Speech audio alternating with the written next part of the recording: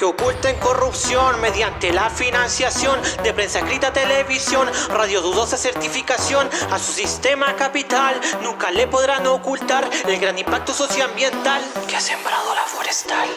Porque queman el camión, ey, porque arde la maquinaria. Porque la forestal está matando al nativo, dejando las tierras sin agua. Porque queman el camión, ey, porque arde la maquinaria. Porque mapuche, gente de la tierra, y las tierras robadas son recuperadas. Porque queman el camión, ey, porque arde la maquinaria. Porque la forestal está matando al nativo, dejando las tierras sin agua. Porque queman el camión, hey, porque arde la maquinaria. Porque mapuche, gente de la tierra, y las tierras robadas son recuperadas. Un año después del golpe militar de 1973, militares y asesores firmaron el 701 decreto de ley. Comienza el negocio entre los generales y todos sus socios. Ocupan impuestos, financian contentos hasta un 75% rubro forestal, que viene a lucrar, despojar, talar, quemar, militarizar, lucrando tan solo para el empresario neoliberal.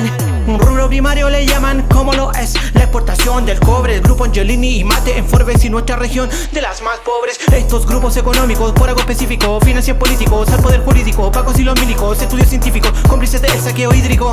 Lavan su imagen con reportajes en medios de prensa y nos muestran que el daño en la tierra y el agua ha sido en proporciones inmensas. Solo ven dineral en lo ancestral, nunca entenderán nuestro Raquituam, Abrahuaychan, por el Gualmapu y su libertad. Somos nación mapuche, gente de la tierra, y arrancaremos de raíz a cada invasor que nos respete a ella. Arranca el monocultivo, que reflorezca el nativo y toda especie de vida que nuestra mapu ha de habitar. Para la machi y la wen, para el huechafenewen, para mi gente de conciencia sobre la defensa del litrofilm.